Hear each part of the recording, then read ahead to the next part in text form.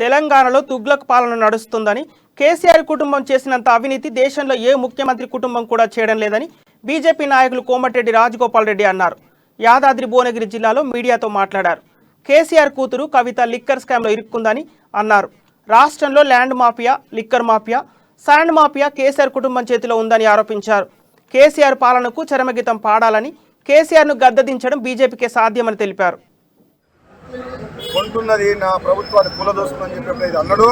ఆ రోజే మతిస్థిమితం కోల్పోయింది కేసీఆర్. ఎందుకంటే 4 ఎమ్మెల్యేలు కొంటే కేసీఆర్ గవర్నమెంట్ పడిపోతుందా? మరి అటువంటిప్పుడు ఎమ్మెల్యేల డ్రామా ఏందంటే వాళ్ళు చేసిన అవినీతి మీద కేంద్ర దర్యాప్తు సంస్థ వాళ్ళ కుటుంబ సభ్యుల మీద అవినీతి ఆరోపణలన్నీ బయటకు వస్తాయని చెప్పేసి వాళ్ళ తెలంగాణ పబ్లిక్ మైండ్ డైవర్ట్ చేసేందుకు, బీజేపీ పార్టీని బదనాం చేసేందుకు కేసీఆర్ తుగ్లక్ ఎప్పుడు ఏం చేస్తాడో అర్థం కాదు.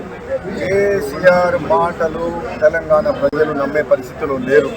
ముందస్తు పోతాడా, యథావిధిగా పోతాడా, ఎవరికి ఏం చేస్తాడు, ఎప్పుడు ఎవరితో కలుస్తాడు, ఎప్పుడు ఏం మాట్లాడతాడు అనేది ఎవ్వరికి అర్థం కాదు. ఆయనకు ఒక విధంగా చెప్పాలంటే బీజేపీ పార్టీ 4 ఎమ్మెల్యేలని